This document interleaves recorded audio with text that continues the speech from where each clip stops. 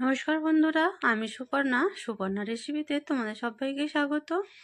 আজও হাজির হয়ে গেলাম নতুন একটা রেসিপি নিয়ে। আজ আমি বানাবো আলু আর ব্রেড দিয়ে একটা স্ন্যাক্স।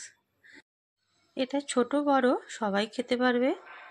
এটা সসের সঙ্গে কিংবা সন্ধ্যার আড্ডায় চায়ের সঙ্গে বেশ ভালো লাগবে। চলো দেখে নিই এটা আমি কিভাবে বানালাম। এর জন্য প্রথমে আমি এখানে নিয়েছি 4 পিস ব্রেড। এখানে আমি নিয়েছি হোয়াইট ব্রেড। ব্রেডের যে সাইডের ব্রাউন অংশটা থাকে সেটা আমি কেটে বাদ দিয়ে দেবো।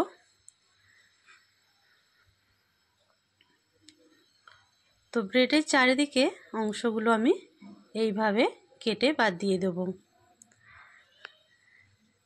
এরপর কাটা হয়ে গেলে আমি ব্রেডগুলোকে হাত দিয়ে যতটা ছোট করা যায় একেবারে হাত দিয়ে ছিঁড়ে ছিঁড়ে আমি টুকরো টুকরো করে নেব।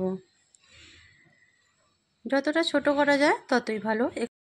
এখানে আমি কিন্তু মিক্সারে গ্রাইন্ড করব না, হাত দিয়ে যতটা ছোট করা যায় সেইভাবেই করে নিলাম। এরপর এখানে আমি নিয়েছি একটা সেদ্ধ আলু। আলুটাকে আমি গ্রেটারের সাহায্যে গ্রেট করে নেব। তো এতে আমি একটা সেদ্ধ আলু দিলাম।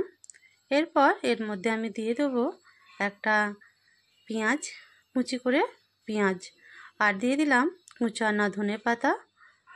এরপর দিয়ে দেবো স্বাদ মতো কাঁচা লঙ্কা, যে যেমন খেতে চাও ঝাল সেই হিসাবে দিও।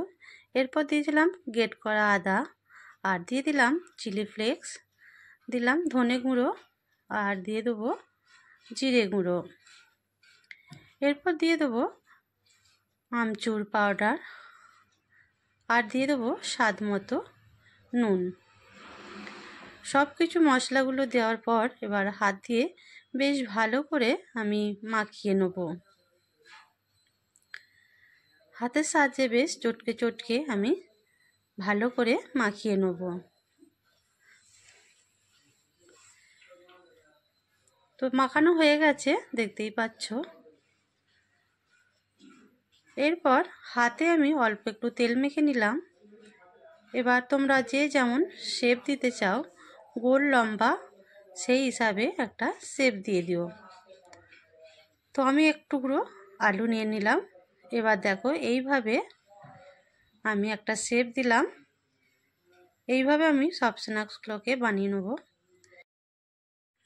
এরপর 2-3টে ব্রেড আমি গ্রাইন্ডারে ব্রেড ক্রাম্বসের মতো করে নিয়েছিলাম। দেখো এইভাবে আমি একটা কোট করে নেব। এইভাবে সারা কোট করে নেব আমি। এবার গরম তেলের মধ্যে ছেড়ে দেবো। তোমরা এগুলো বানিয়ে কিছুক্ষণ ফ্রিজের মধ্যে সেট করার জন্য রেখে দিতে পারো, তো জিনিসটা আরও সুন্দর হবে। তো এইভাবে আমি স্ন্যাক্সগুলোকে উল্টে পাল্টে বেশ মচমচে করে লাল করে ভেজে নেব। খেতে কিন্তু ভীষণই সুন্দর হয়। ছোট বড় সবাই খেতে পারবে। যদি ছোটরা খায় একটু ঝালটা দেখে দিও। তো দেখতেই পাচ্ছ সব স্ন্যাক্সগুলোকে আমার ভাজা হয়ে গেছে। এবার আমি তুলে নেব। এইভাবে আমি সব স্ন্যাক্সগুলোকে ভেজে নিয়েছিলাম। দেখো সব স্ন্যাক্সগুলো ভেজে নিলাম। এবার একটা প্লেটের মধ্যে আমি সার্ভ করে দিলাম। কেমন হয়েছে আজকের রেসিপিটা অবশ্যই জানিও। ভালো লাগলে একটা লাইক শেয়ার কমেন্ট করে দিও।